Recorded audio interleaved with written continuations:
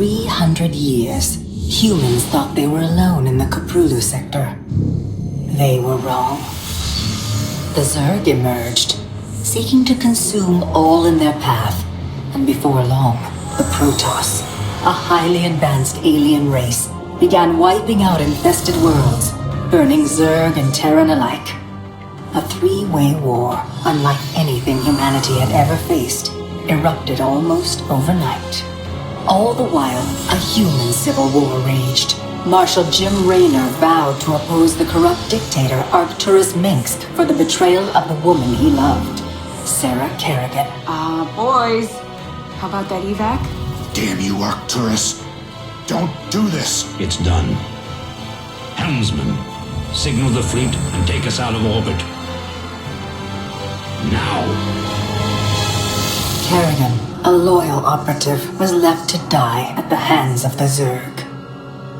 But the Zerg had other plans. They transformed her and unleashed her psionic power upon the Caprulu sector, searching for their real objective, the Protoss homeworld of Ire.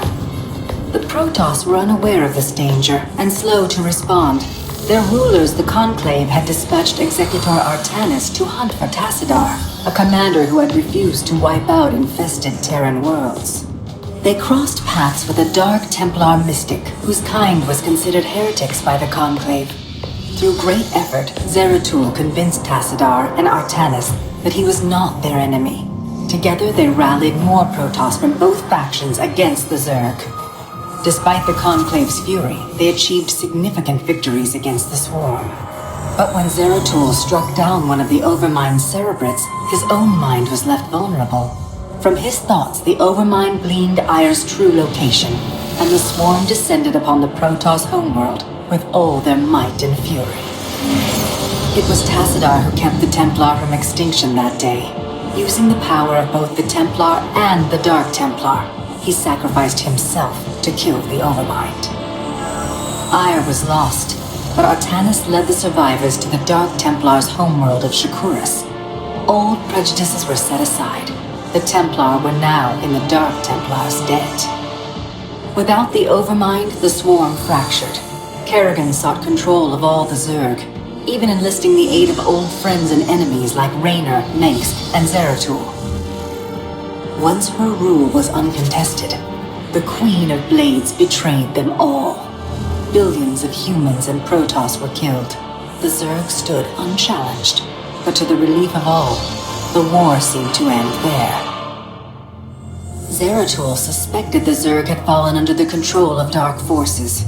He uncovered prophecies stating that an ancient entity, Amon, was attempting to merge Protoss and Zerg lifeforms into an unholy hybrid, and that this evil might already have control of Kerrigan and her power.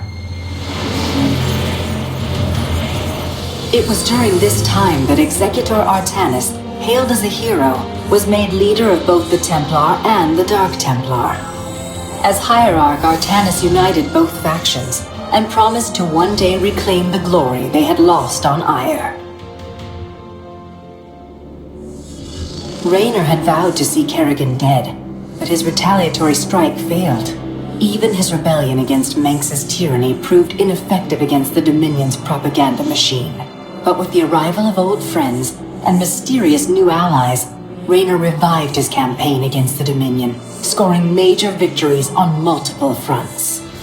But Zeratul warned him about the encroaching darkness, and said the key to stopping Amon was the Queen of Blades. She was needed alive.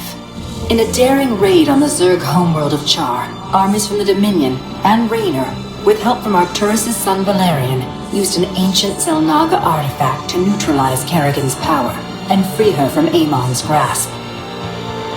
The Queen of Blades was helpless. The Dominion wanted her dead. Raynor couldn't allow it.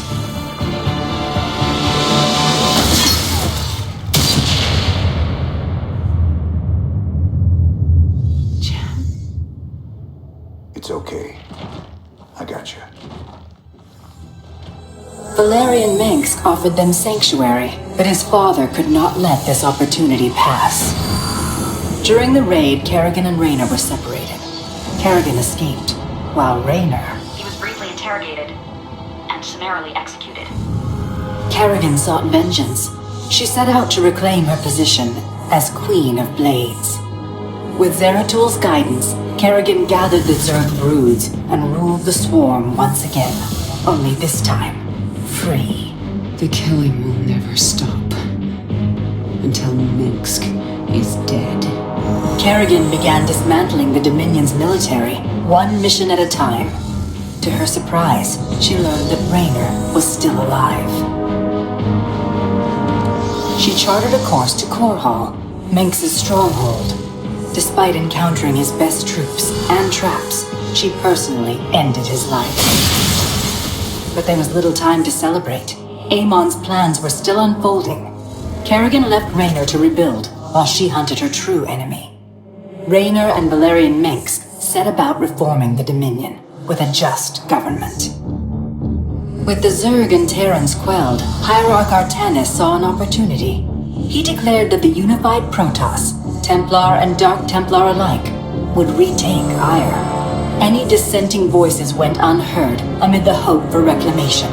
Zeratul set off alone, searching for the truth, hoping against hope that the Hierarch was not making a terrible mistake.